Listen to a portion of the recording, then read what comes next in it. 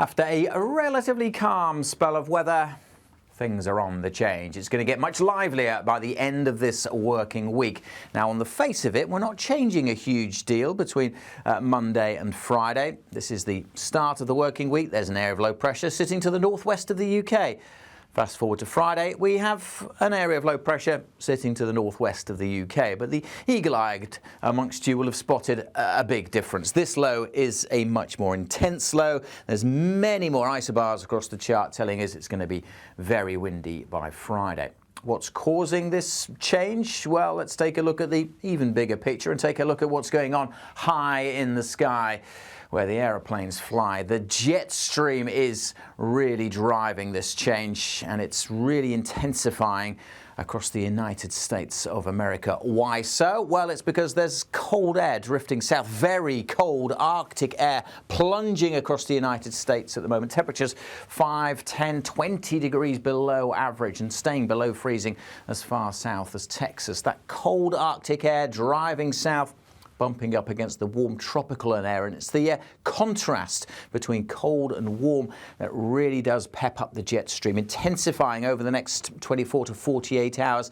The winds in the core of the jet could get up to 250 miles an hour. That's a very strong jet, and look what it does at the surface. It develops that area of low pressure. That's what's heading our way come the end of the week. Now, there's a lot to happen there, and as a result, the exact track of this low, well, it could be further south, it could be further north, but it's certainly going to bring us a windy spell of weather to end this working week.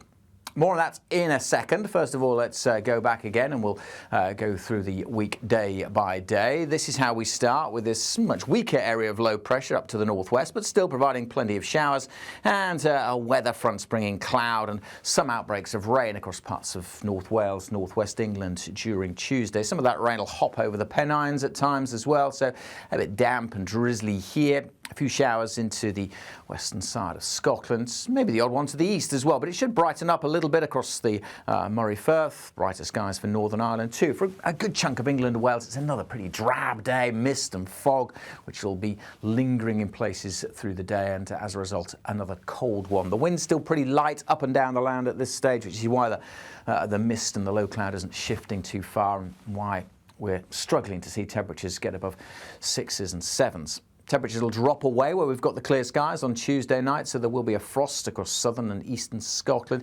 Low pressure still sitting to the northwest. There's one down to the southwest as well, and that is influencing things slowly, just nudging a little further north, and it may well pep up this weather front as it crosses the eastern side of England. So we will see some rain here, first rain for a while across East Anglia and the southeast.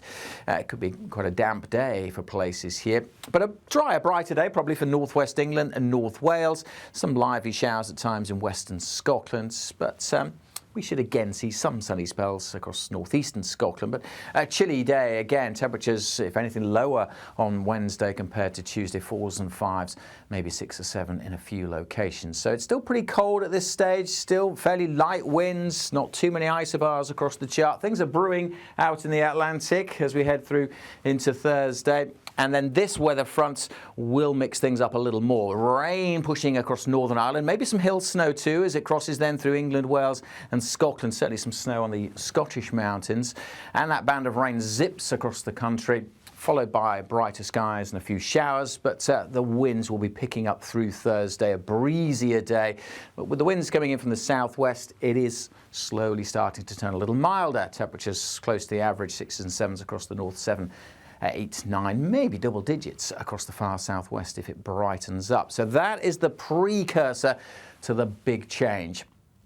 Then, as we go through into Friday and Saturday, we're keeping our eyes on this area of low pressure developing thanks to the jet stream. Now, its exact track is a little open to some uncertainty, but we are going to see strong winds across the UK. Now, the exact position of the low will determine how strong the winds are and where we see those potentially damaging gusts of wind. Now, the most likely scenario is that it heads up just to the northwest of the UK. This is the most likely setup at the moment. And in that scenario, we will see strong winds across Scotland and Northern Ireland, 50, 60 mile an hour, 70, perhaps 80 mile an hour on exposed coasts and hills. And those kind of winds likely to cause some disruption, certainly to the transport network, could bring down power cables or certainly some branches. So that's the most likely setup, that we do see some impacts from this area of low pressure.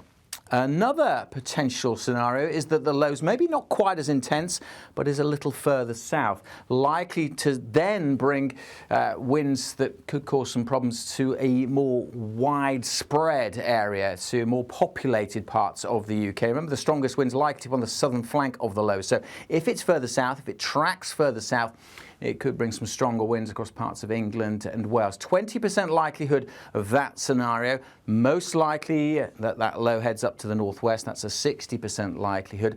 There is also 20% chance that the low is perhaps a little more intense, but scoots further away from the northwest. And in that scenario, well, it probably wouldn't bring too many issues to the UK. So this is something we need to keep a close eye on. It's occurring, intensifying through the middle part of the week, still 4 or 5 days away, and we'll obviously firm up on the details over the next few days. For the time being, we do have a Met Office yellow warning in place. That most likely scenario, those gusts of wind, 60, around coast and hills, 70 or 80 miles an hour, as I said, going to cause some disruption, certainly to the transport network, maybe some power issues as well. And those kind of winds strong enough perhaps to do some structural damage and certainly to bring down a few trees. So that's something we need to keep a close eye on. It's going to be a windy day wherever you are on Friday. There's the low, and it's not just the winds, it's going to be bringing a spell of rain swinging across the country as well. Something a bit brighter following on behind. But of course, the position of these rain bands will be determined by the position of the low, and it could all be a little further south or it could all be a little further north. One thing we're pretty confident in, temperatures will be getting higher come the end of the week, 10, 11 Celsius, although obviously we'll be feeling much milder with the strength of the wind. What happens after that? Well, that low is still around. This is Friday night as it tracks to the north, so likely to stay pretty gusty into Saturday. And then we need to keep our eyes peeled, because once the jet has invigorated, there's the possibility of further low pressures coming in behind. High pressure down to the south. Anyone else seeing a face in that pressure chart? If you do want to keep up to date with the forecast, and we strongly recommend you do through this week, best way to do that is to hit subscribe on our YouTube channel. You can see the warnings for yourself, of course, on our app and on our website.